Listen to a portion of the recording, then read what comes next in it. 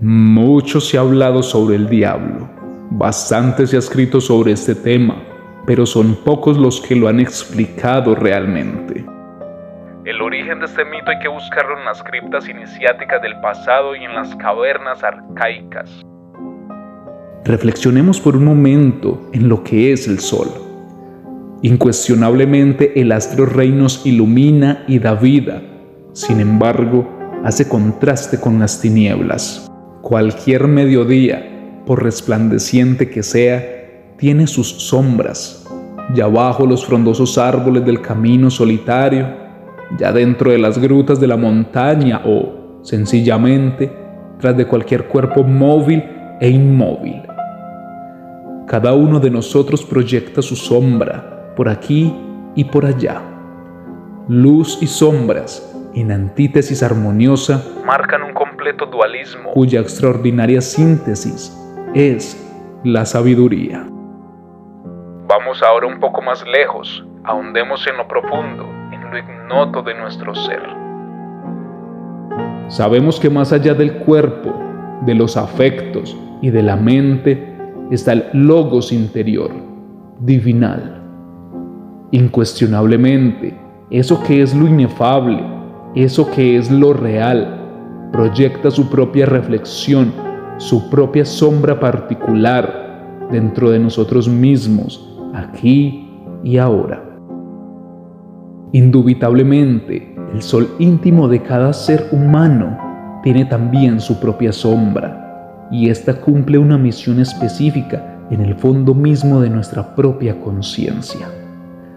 Obviamente, tal sombra, tal reflexión logoica, es el entrenador psicológico, Lucifer, el tentador. En el gimnasio psicológico de la existencia humana se requiere siempre un entrenador con el propósito de producir poderes, facultades, virtudes extraordinarias, etcétera, etcétera, etcétera. Pero, ¿en qué forma podrían brotar en nosotros las virtudes si no existe la tentación? Solo mediante la lucha, el contraste, la tentación y la rigurosa disciplina esotérica puede brotar en nosotros las flores de la virtud.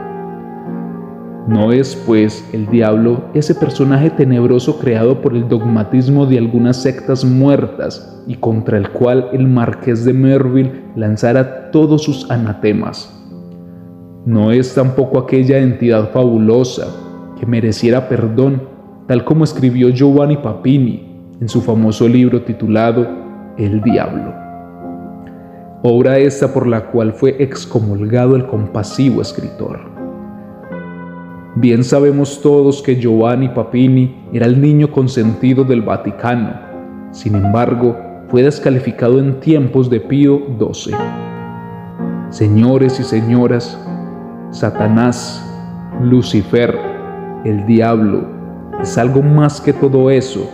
Es la reflexión de nuestro propio ser íntimo, en nosotros mismos y dentro de nuestra conciencia, aquí y ahora.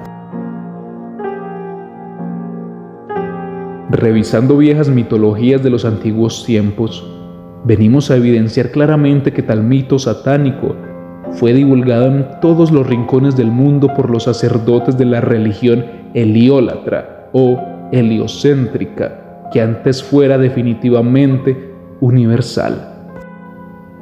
Recordemos que hubieron épocas en el pasado en que se levantaron por doquiera, en todos los lugares del planeta Tierra, templos al sol y al dragón. Entonces existieron los cultos dragonianos y los sacerdotes de la citada religión universal se decían a sí mismos hijos del dragón, o sencillamente se calificaban de dragones. El símbolo del dragón fue tomado de aquellos reptiles voladores gigantescos que existieron en las épocas de la Atlántida y Lemuria. Resulta interesante que tal símbolo se haya usado para alegorizar a toda sombra del sol, a toda reflexión del astro rey, incluyendo al Lucifer íntimo, particular, de cada ser humano.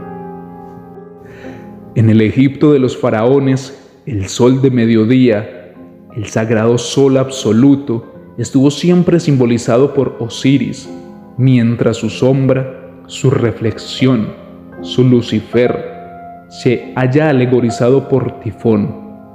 En los misterios griegos, el sol espiritual, la estrella de Navidad, el demiurgo creador, fue siempre representado por Apolo, en tanto que su sombra, su Lucifer, su Satán, su reflexión divinal se alegoriza definitivamente por Pitión. En el Apocalipsis de San Juan, el Cristo Sol resplandeciente se halla siempre simbolizado por Miguel, la divinidad guerrera, mientras su sombra cósmica es personificada por el dragón rojo. En la Edad Media se alegorizaba a Logos con la personalidad de San Jorge, mientras su sombra se simboliza por el dragón. Observemos lo que es Bel y el dragón, el sol y su sombra, el día y la noche. ¿No es, pues, el diablo ese personaje que algunas sectas muertas han sentado en un trono de ignominia para atemorizar a los débiles? Con justa razón, Goethe pone en boca de su dios aquella frase con que se dirigiera la divinidad a Mefistófeles: de todos los de tu especie, genios a mi ley rebeldes, el menos dañino y perjudicial tú eres. Mucho se ha dicho sobre el mito satánico y algunos suponen que él mismo llegó al mundo occidental desde la tierra de Egipto. No negamos en forma alguna la llegada a la tierra de los faraones de muchos dioses solares con sus correspondientes dragones provenientes del Indostán. Tampoco negamos que la alegoría de Osiris y Tifón se hubiese representado en la vieja Europa. Sin embargo, vamos más lejos. Tenemos derecho a pensar en los hiperbóreos y en sus cultos solares junto con sus dragones e infiernos. ¿No fue la India prevédica exclusivamente la única que enviara al Egipto sus dioses solares y sus cultos? Fuera de toda duda, la Atlántida sumergida también dejó en el país de Sais y en las orillas del Nilo arcaicos cultos al sol y a sus dragones. Vencer al dragón, matar al dragón, es urgente cuando uno quiere ser tragado por la serpiente, cuando uno desea convertirse en serpiente.